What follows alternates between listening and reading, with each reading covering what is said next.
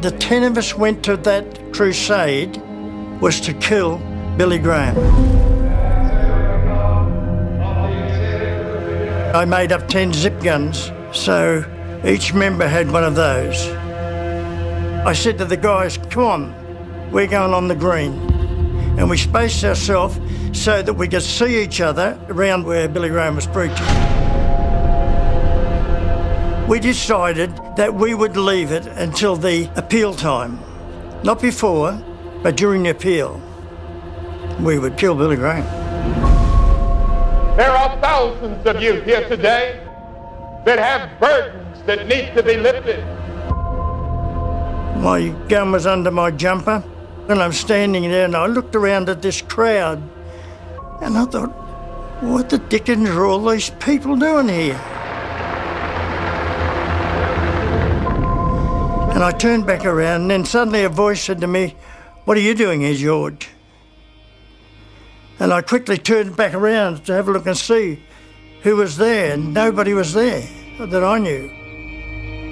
And I got very uncomfortable about that, I can tell you. Very uncomfortable. The Spirit of God is speaking, and He's here tonight, and you know He's here. And there's a little voice down inside of you that says you need Christ. That is God speaking. Okay, I know this is you, God. You took my dad. You hurt me so much. Why should I love you? Why should I care about you? And God said to me, George, I didn't take your dad to hurt you. And indeed, He said, I would never hurt you, full stop. Well, by this time, I'm starting to melt a bit. Now, remember that I hadn't cried since 7.5.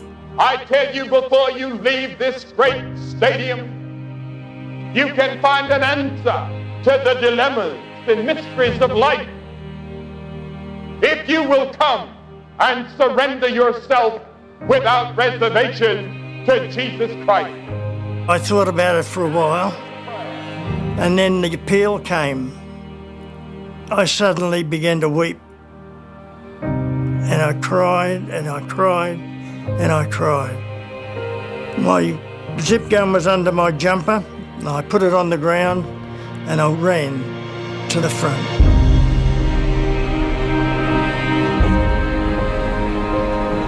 There may be many factors that led you to this moment, but there is a climactic moment when you give your life to Christ. And you do it by faith. Faith in Christ.